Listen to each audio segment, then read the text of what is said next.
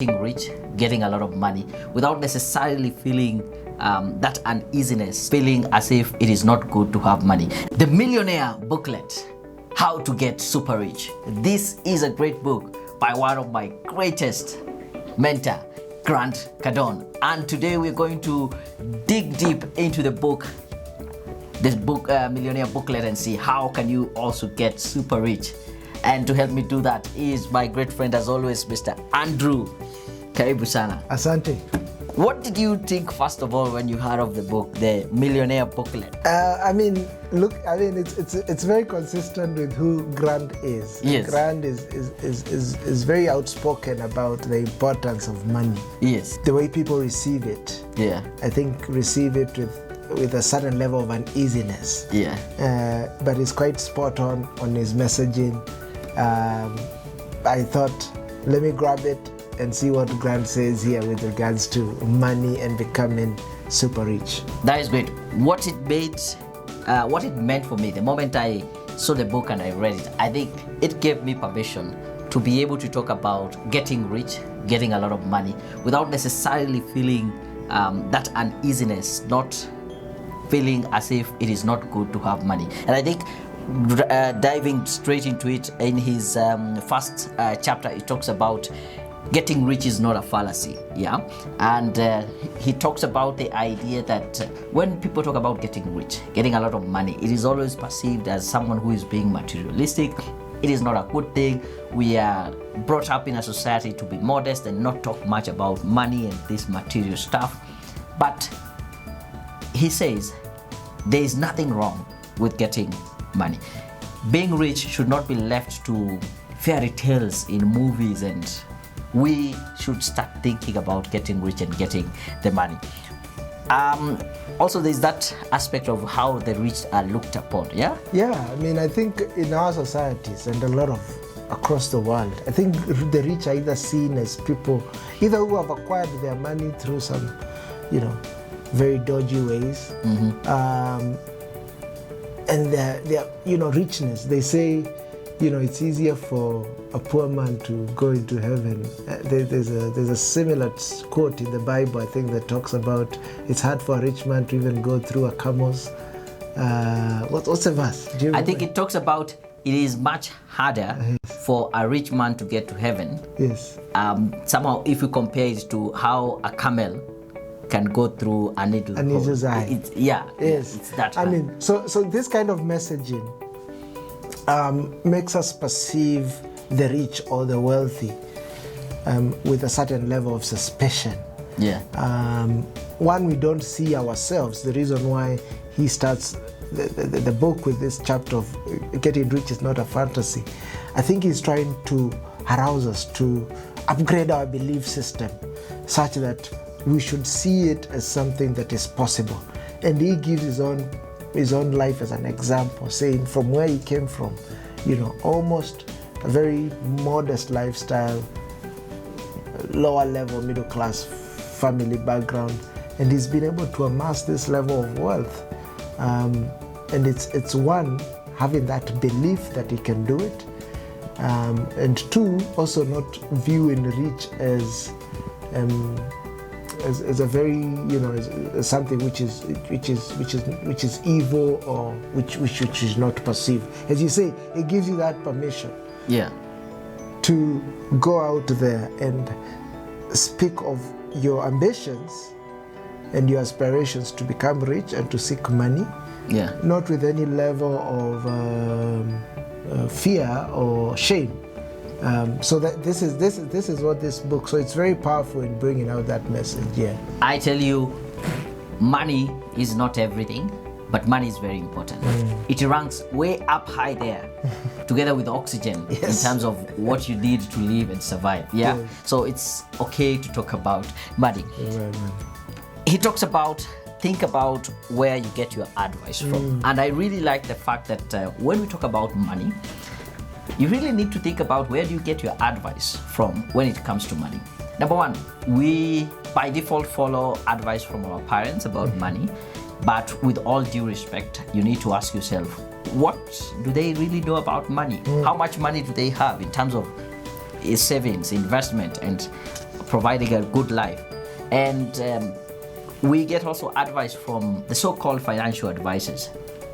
I came to learn that most of these financial advisors have a lot of employment mentality, and they're talking to you in terms of investors in this and that.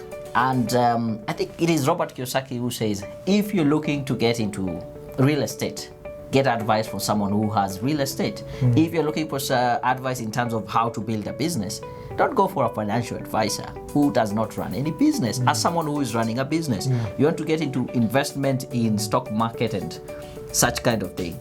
Again, go to someone who is doing that. Don't just get advice from someone who is not an investor. And I think there was a correlation in terms of the business professors in colleges who talk about business. Entrepreneurship. Tell us about I think, we have a lot of our colleges now teaching about entrepreneurship. Right. But the people that are teaching you about business and entrepreneurship, they themselves have not set up a business themselves.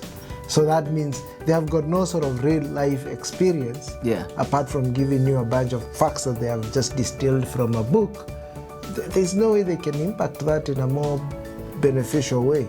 If you're looking to learn entrepreneurship, go to an entrepreneur who has the track record to be able to give you, as he gives you the textbook education, is also adding that with real life experience, which is very important. So he starts off with the journey and tell us, how do we get started? And I like the chapter that it says it starts by you making the decision, the millionaire decision. You need to make that decision that I want to be a millionaire. I want to make this much money. I will do it. And I think in all aspects of life, we might not necessarily be talking about money here, but in different aspects. When it comes to relationships, when it comes to health, wealth, when it comes to business, career, spirituality, I think making that decision is very important. When you decide, I am going to start a family, I am going to quit my job, I am going to start a business, I am going to start investing in myself, that decision is very important and very crucial. And the same thing he emphasizes, it starts with you making the millionaire decision, backed up by the millionaire maths. Tell us about the millionaire maths. So once you make that decision, then you have to determine what's that figure for you. Yes. And what will it take for you to make that figure. So take the example of you're looking to be a millionaire. So to be a millionaire, you want to earn 1 million shillings or $1 million, whatever your currency is.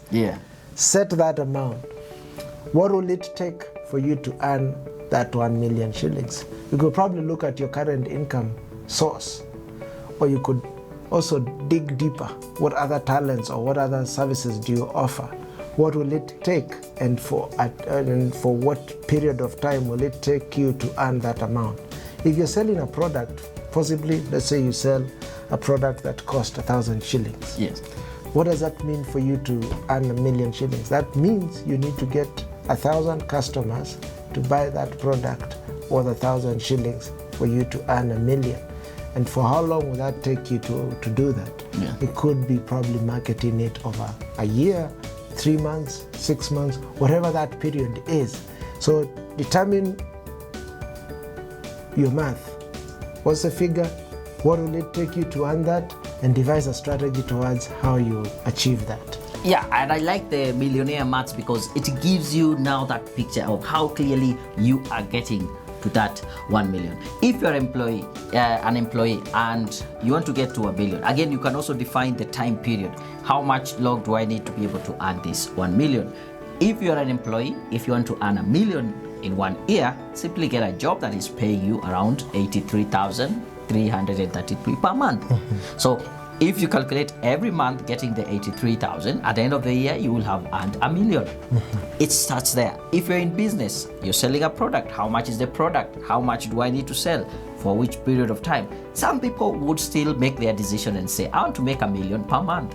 Some would be, I want to make 1 million in 2 months, 3 months. So these maths depend with you, but based on your situation, and once you make them do the maths, it becomes much closer. You bring the a million much closer home. Correct. And you can actually see it. Actually, if I do this, I will get to a million. 2 million shillings. He also talks about the idea of not depending on only one source of income. Yeah. To be a millionaire, you need multiple flows of income. Right? Yeah, and I mean, I think this idea comes very true now when you think of even the situation that we are in. As a lot of businesses are closing down in an effort to slow the spread of this virus, we've seen many people have been laid off. So if your single income source was that employment that you had, then you're left in a very precarious position. And that's the reason why we need to have multiple flows of income, such that in the event one fails because of one reason or the other, you sort of have another income source that will ensure that you don't put your family in jeopardy. So this is the whole idea. So, and where do you get these sources how do you develop this multiple source of income? You could think of passive investments. Yeah. So it could be putting investment on the stock exchange. It could be putting investment on real estate. It could be, selling your talents and expertise through other means and other approach. We just spoke a few other videos that we did on the idea of if you run a physical store somewhere in town, you could consider to augment that with an e-commerce store. So the store that you probably run maybe runs from Monday through to Friday, 8 to 5. Yeah. But it can still be operating even when you're asleep.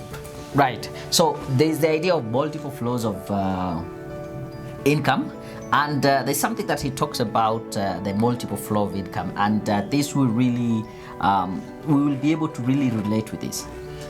He says that these multiple sources of income should be congruent. They should not be competing with each other. And he gives an example of when you are, for example, employed and your income flow is one which is coming from employment, you can decide to start a side hustle or a business on the side. This business should be congruent with what you're doing. If not, you realize that they will start competing for the same resource, which is you and your time and your money and your effort. And at some point, one of them will end up suffering. And what I've seen with most people is that after doing a side hustle business for a while, it gets to a point where you say, no, I'm going to stop working, and they go to run their business, which is good. And it's glorified, especially in our community. Entrepreneurship is so glorified. But what you realize when you do your math, you've just reduced your sources of income from 2 to 1. And sometimes, and most of the time, this business is getting you less money compared with the employment. So again, you're beating your maths. You're not increasing your flow of incomes. You've just reduced them from 2 to 1, and probably even you're earning less. So it is very important for you to try and think about congruency. I'll give an example. If, for example, you are a videographer, you take videos, and that is your main business, you're employed to do that. You can do a business that is related to videography. Start a business about taking videos over the weekend for weddings, parties, and such stuff.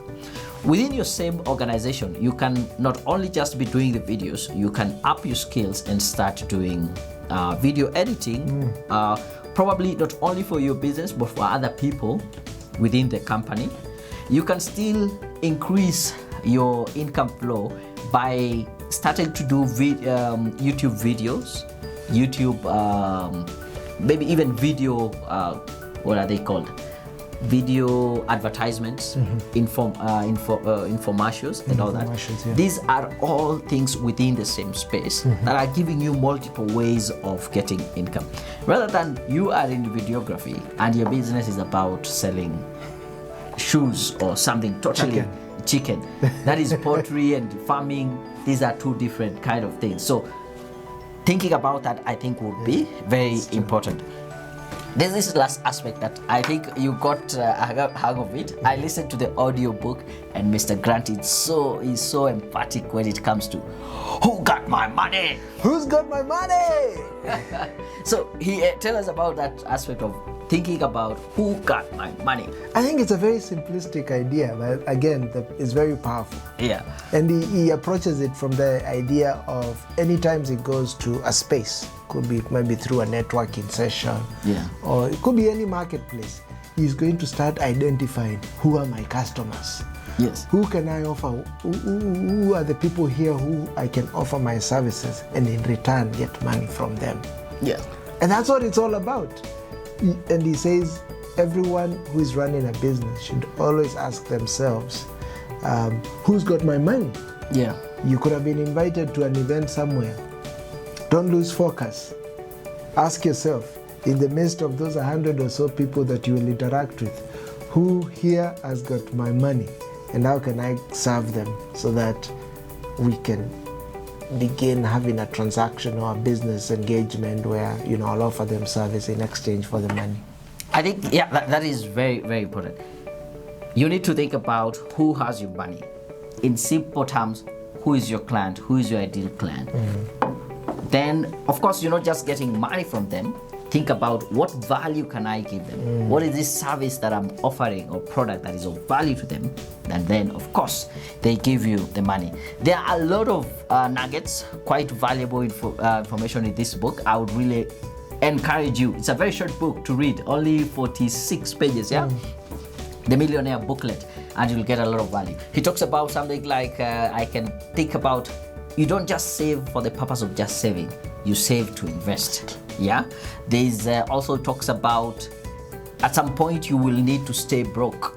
Correct. Not really poor, but stay broke. Minimizing just spending for the sake of spending, but knowing that you're saving for you to be able to invest way later. Any last things that you can mention before we call it a day? I think Grant the entire book is just bringing the importance of money. And he brings this message brings it out so well by saying we live in an economic planet. And money is essential. So go out there, make your money, become super rich. I think I will add something. I have a program called the Badass Pro. I'm a Badass Pro. I define my own destiny. And this is a program that enables people, especially who are employed. How do you get to a six-figure salary? So I will be leaving a link below this video. We will have a webinar training and teaching you how do you get to a six-figure salary, even without a degree. And in that webinar, I'll be able to talk more about the program called the Badass Pro. And once you join the Badass Pro, you get a t-shirt. I define my own destiny. And we are looking forward to make you a millionaire. Of course, a six-figure salary starting from about 100,000 all the way to 999,999. So it is possible to be a millionaire even if you're an employee, but you will need to increase the income flows, right? So thank you for sticking with us. Like this video, leave a comment. I'll be able to respond to each and every comment. And again, subscribe to the channel, Daniel Mutuku. And don't forget to press the bell button so that you can get notification each and every time we release a new video. We are out. Millionaire Booklet.